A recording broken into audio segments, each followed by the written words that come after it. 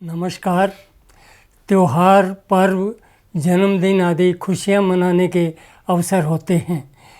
इन दिनों में उपहारों का आदान प्रदान भी होता है। विशेषतः बच्चों को उपहार दिया जाता है। ईद के अवसर पर बच्चों को ईदी मिलती है, तो होली, दिवाली, जन्मदिन पर भी उनकी पसंद को ध्यान में रखकर कुछ दिया जाता है। ये हमारे देश के बच्चों का सौभाग्य है कि उन्हें पंडित जवाहरलाल नेहरू का जन्मदिन 14 नवंबर बाल दिवस के रूप में उपहार में मिला। बाल दिवस है तो उसे मनाया ही जाता है।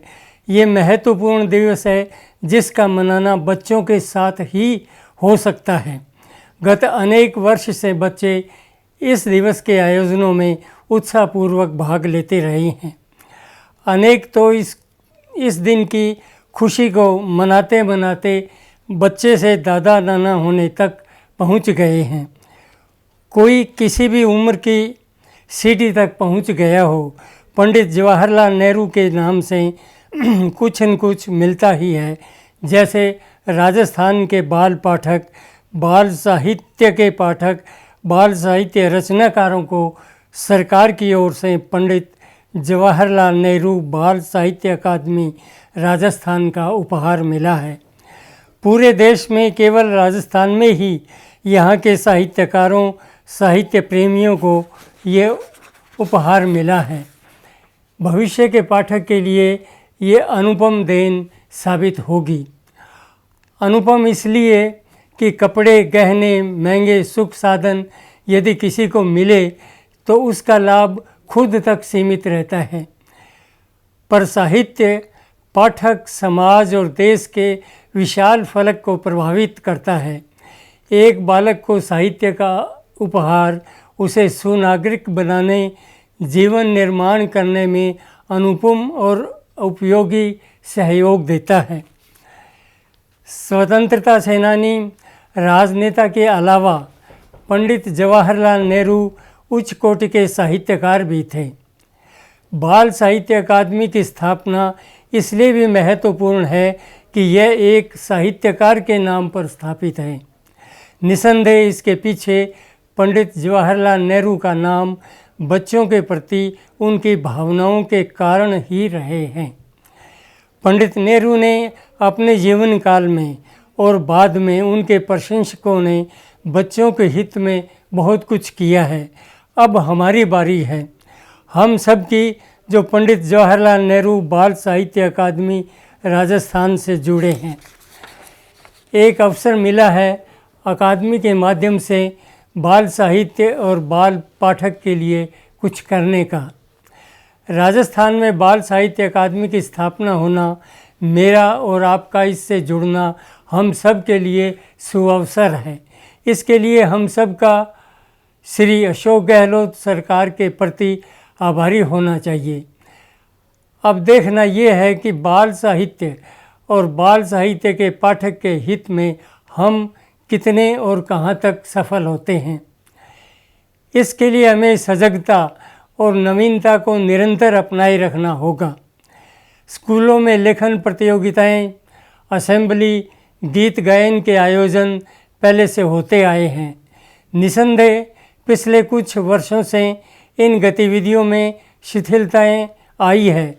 अध्यापक, माता पिता आजकल बच्चों को अधिक से अधिक अंक प्राप्त करने के लिए प्रेरित करते हैं। वे आशा करते हैं कि उसका रैंक उल्लेखनीय हो। बच्चा भी इसमें रुचि लेने लगा है।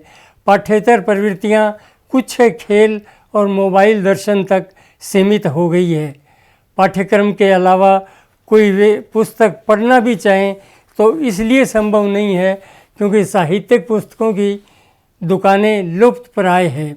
यदि कहीं है तो उनका जेब खर्च खरीदने में असमर्थ होता है। कितने माता पिता, अभिभावक हैं जो बच्चों के लिए साहित्यिक पुस्तकें खरीदते हैं। वे महंगे खिलौनों पर, कपड़ों पर, दूसरी सुविधाओं पर धन खर्च कर देते हैं, पर उन्हें बच्चों के लिए पाठ्येतर पुस्तकें खरीदते नहीं देखा। तब बच्चों का आकर्षण पुस्तक पढ़ने की तरफ कैसे हो? उसे कैसे पता चले कि जो मनोरंजन और ज्ञान पुस्तक में है वह मोबाइल में नहीं है। पुस्तक से यहाँ तात्पर्य स्कूल के विषय से अलग साहित्यिक पुस्तक से ही है। यदि यही हालत स्कूल की है, स्कूलों में पुस्तकालय ही नहीं है, यदि है तो पुस्तकाध्यक्ष नहीं है, यदि किसी स्कूल में पुस्तकें हैं और किसी अध्यापक को प्रभारी बना रखा है तो वह पढ़ने के लिए छात्रों को पुस्तकें नहीं देता है। क्यों? क्योंकि वह इस अतिरिक्त श्रम से बचना चाहता है। यह भी कि पुस्तकें देने और वापस लेने के चक्कर में पुस्तक गुम हो सकती है, खराब हो सकती है। ऐसे में संबंधित शिक्षक के लिए कोई लफड़ा हो सकता है। इसलिए किताबें ताले में बंद रखना ही सबसे सुरक्षित कर्तव्य पूर्ति मान लिया गया है। बच्चा यहाँ भी पाठ्येतर पुस्तक से वंचित रहता है। बच्चे तक साहित्य को और साहित्य को बच्चे तक पहुँचाने का महत्वपूर्ण कार्य अकादमी को करना चाहिए। इसके लिए बच्चे के माता पिता और अध्यापक से सहयोग लेना होगा और सहयोग देने के लिए उन्हें तैयार करना होगा। यह तभी होगा जब अकादमी का आशीर्वाद बच्चे तक पहुँचेगा। इस आशीर्वाद का स्वरूप कैसा हो, यह भी विचारणीय है।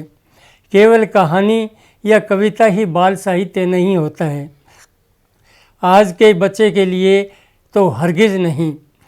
उसे वह हर ज्ञान साहित्य की रोचकता में लिपटा हुआ मिलना चाहिए जिसकी उसे ज़रूरत है। इतिहास, भूगोल, विज्ञान सभी कुछ बाल साहित्य की विविध विधाओं में उस तक पहुंचना चाहिए। विविधतापूर्ण बाल साहित्य उसके बस्ते का बोझ भी हल्का कर सकता है। शिक्षाविद, शिक्षक, माता पिता और स्वयं बालक बस्ते के बोझ से चिंतित तो है ही। इसके लिए अकादमी को आगे आकर बाल पाठक को वाजिब मूल्य पर उपयोगी रोचक बाल साहित्य उपलब्ध कराने की योजनाओं पर काम करना चाहिए। निसंदेह अकादमी के पास न तो इतने साधन हो सकते हैं और न स्टाफ की प्रदेश के प्रत्येक बच्चे तक पहुंचा जा सके। इसके लिए अकादमी को शिक्षा विभाग और प्रशासन यथा जिला कलेक्टर, उपखंड अधिकारी आदि का सहयोग लेना होगा। यह सहयोग मांगने के हम तभी अधिकारी होंगे जब हम प्रदेश के बाल साहित्य रचनाकारों और बाल साहित्य के प्रकाशकों को अकादमी की गतिविधियों से जोड़कर कुछ उल्लेखनीय उपलब्धियां हासिल करें।